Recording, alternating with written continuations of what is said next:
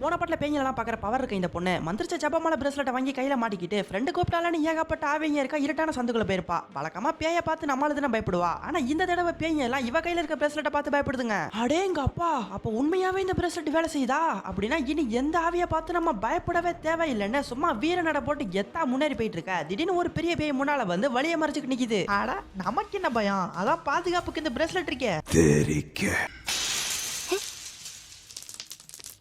மற்ற அவைகளை விட இது செம்ம ஸ்ட்ராங்கு போல. அதான் கிட்ட போனதுமே பாதுகாப்பு வச்சிருந்த பிரஸ்லெட் பட்டுன்னு சத்தறிடுது. இப்ப இருக்கிற பிரச்சனையெல்லாம் போதாதுன்னு இவளோட ஃப்ரெண்டு வேற அந்த பேய் இருக்க பக்கமா வந்துகிட்டு இருக்கா. ஐயோ, இன்னும் கொஞ்சம் முன்னால வந்து ஆவி மேல மோதிடுவாளே. ரைட்டு, நன்மையோ தீமையோ எதுவாக இருந்தாலும் நம்மளே பாத்துக்கலாம். நம்ம ஃப்ரெண்டுக்கு எந்த ஆபத்து வந்துடக்கூடாதுன்னு மனசுக்குள்ள தைரியத்தை வர வச்சுக்கிட்டு அந்த பேயை தாண்டி போயிடுறா.